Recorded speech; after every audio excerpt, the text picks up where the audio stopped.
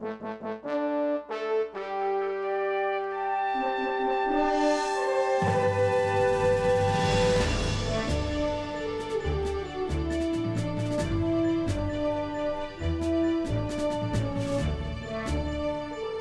Sunday, everyone. Welcome to Our Issues Birmingham. Back with us for his second appearance is Charlie Waldrep, dear friend, man about town, lawyer to everything once upon a time, including the subject of today's show, the Jefferson County Personnel Board. Charlie, welcome. Thanks for having me here. Frustrating is what I would call the Personnel Board, having worked in a municipal judge capacity and having to experience hiring magistrates to work in our court. How did this happen? What's the history? Doesn't it go back to the 30s? It does. It actually goes back to 1935 when the Personnel Board was created. But you have to go back before that. Now, Charlie's no longer the lawyer. I have not represented the Personnel Board in a number of years. But he's speaking today just because he has a wealth of knowledge. The last time that you and I talked, I had three ideas about regional cooperation. One was having some uniform community service. Another was having a correctional facility for all the municipalities. Another one was having a landfill authority, okay? Mm-hmm. And that was really creating a larger structure that everybody could participate. What I want to talk about today is what would, at first blush, is maybe the first regional cooperation there was in Jefferson County, which was the Jefferson County Personnel Board. But I've got some insight that I want to share about how we might make that better.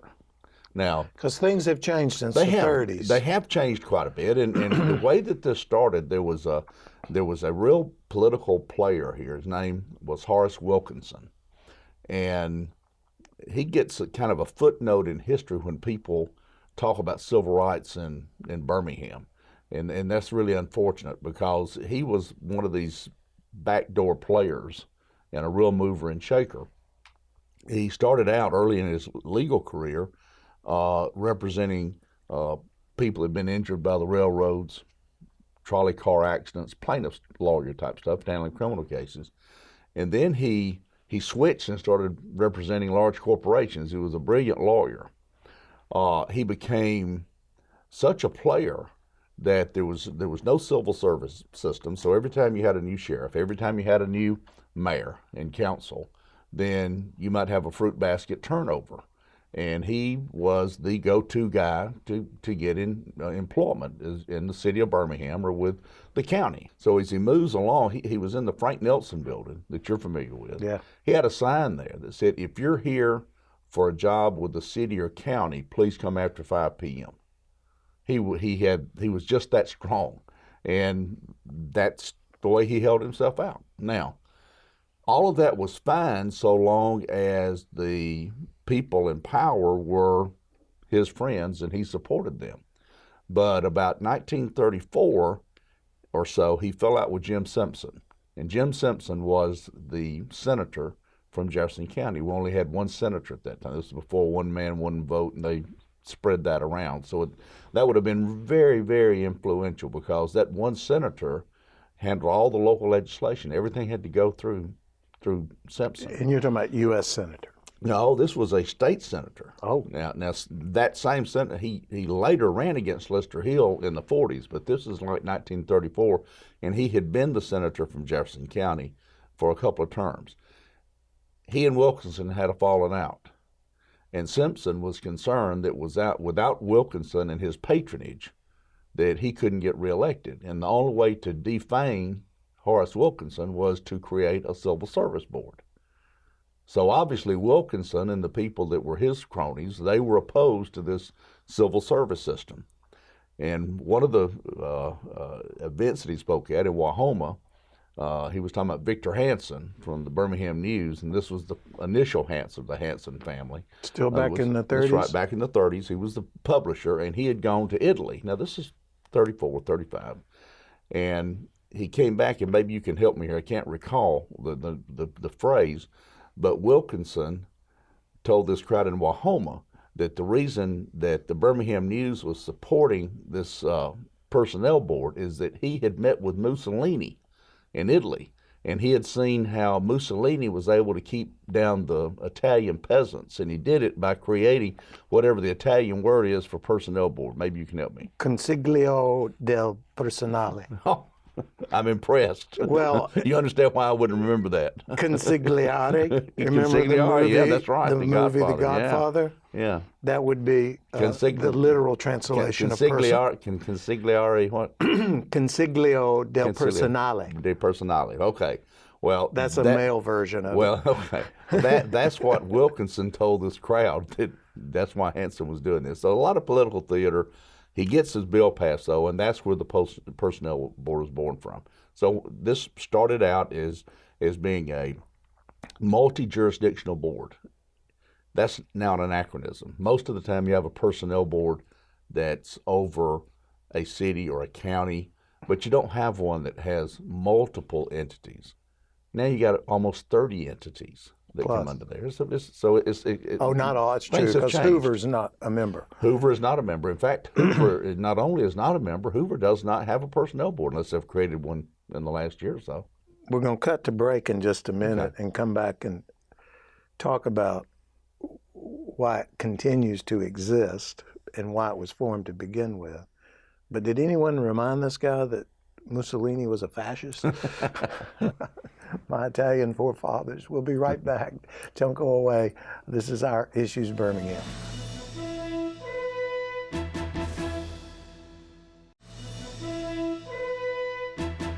Welcome back to Our Issues Birmingham. I'm Tommy Spina, speaking with my good friend and a virtual historian of the Personnel Board, Charlie Waldrep. So everyone thinks the Personnel Board was created because there was unfair hiring practices and it was creating discriminatory hiring, which eliminated all people from being eligible for certain jobs. Well, when it was created in the mid-30s, that's correct. It was discriminatory before the pre-personnel board because it was all based on political patronage. After the mid-30s, and it changed. The white person had control. That's right, and white people continued to control the personnel board, but it did make an effort to take the politics out of politics so that there was civil service protection. When the new mayor came in, the police chief kept his job.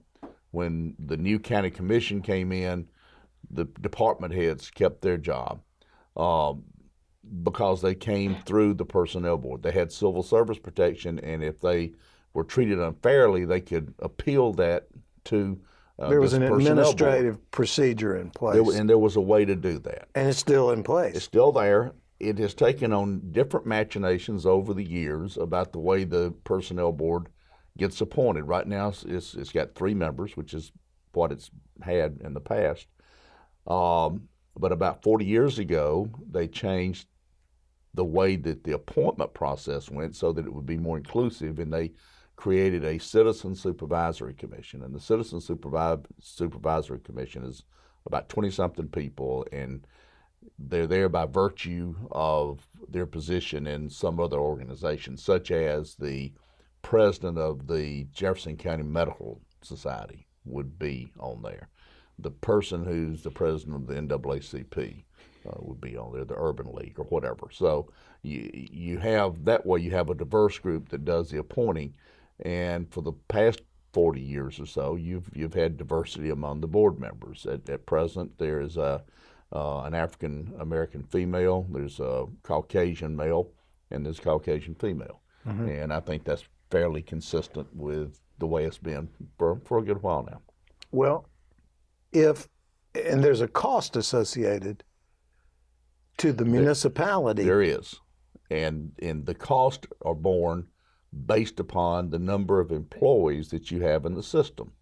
And, I intentionally didn't do a lot of research for this interview because I didn't want to get down in the weeds. So I'll tell you that the last time I looked at it was a couple of years ago, and it averaged about $1,100 per employee. So that the city, the municipality pays to who? Goes to back to the board.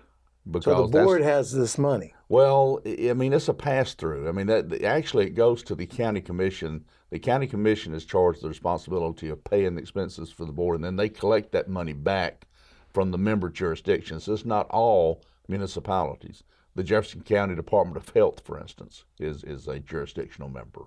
The sheriff department is a jurisdictional member. So you have various members, but the number of employees is done very fairly. If you're if there's 5,000 employees and the amount was $5,000, then everybody would pay $1 per employee the way that they're dispersed in their particular entity, whatever that entity. So is that a revenue source for Jefferson County then? No, because Jefferson County they front the expenses and then they collect the money back. So nobody makes anything on this. It's a complete wash, but you pay for the service. So. And what is the service? Well, the service is that they do testing, and the testing that they do is fair and impartial, and it's not race or gender based or any of your 5 suspect classifications that you'd have. And these are all tested. The methodology that they use has all been tested and has been approved by the court. So the member jurisdictions have the benefit of knowing that when they hire somebody off of a list that's prepared by the personnel board, they don't have to be concerned about a lawsuit over discriminating in the hiring practice. So it provides a useful service. Now, in about 2008, the legislature unanimously adopted a law in both houses that would create 7-member personnel board and change the composition and the way the appointments. And Judge Smith, there was a lawsuit in federal court, and he said, no, you're not going to do that because it's too political, and we're going to keep this 3-member board. He has jurisdiction over the consent decree litigation has been going on since about 1975, and he didn't allow that. So right now we still have the 3-member board. But I think there's some things that we could do differently that might be approved, such as allowing a municipality to create its own personnel board if it wanted to. Wouldn't have to. It could continue to be a member of the Jefferson County Personnel Board. Well, what caused that lawsuit to get filed? That lawsuit went back to a time where, without any question, African Americans were being discriminated against in the hiring practices by the various jurisdictional members of the Jefferson County Personnel Board. And it's been a long process now. We're now almost 50 years into it, and it's still there. But it has been sad. It's kind of sad that it still has to be in place. But it has been winnowed down to where the Personnel Board is no longer under the consent decree, or it abides by it, but it's not in receivership. Most recently, the Jefferson County Commission was released, but Judge Smith has given oversight, so they'll be keeping an eye on them, so to speak. But they're going to be able to do their own hiring and firing and not having to go through the receiver to do that. Well, we're going to break in just a minute, but when we come back, I'd like to talk about what it takes to get out. Or are you a member for life? Okay. Can you get out? This is Our Issues Birmingham. I'm Tommy Spina, talking with Charlie Waldrep about the personnel board that has been around since the 30s. Don't go away. We'll be right back. Welcome back to Our Issues Birmingham. When we broke, I was asking Charlie if he could explain to me if there was a way for a municipality to get out from under the thumb of the Jefferson County Personnel Board. Well, I wouldn't characterize it as being under the thumb. I'm sorry, it's that Mussolini thing. I'm still thinking about Mussolini. I would say that maybe a better way to phrase that would be, is there a way that they could create their own personnel system? And there's not right now. You have a couple of municipalities. Hoover is a good example. Hoover goes into Shelby County. So they've never been part of the Jefferson County personnel board because they're in two counties. Is there a provision in that act? Yes, in the early 80s, the legislature passed a provision that said that if you are a municipality and you're in more than Jefferson County, and you pass a resolution that says we want to continue to be provided services by the Jefferson County Personnel Board, that after, I think, 60 days, that's irrevocable. You can never get out after that. Well, there seems something constitutionally wrong about that as well. I would think that, I mean, you got standing ordinances, and this is like a standing ordinance that you can't change. So it is unusual. But I think that, I'll give you another example.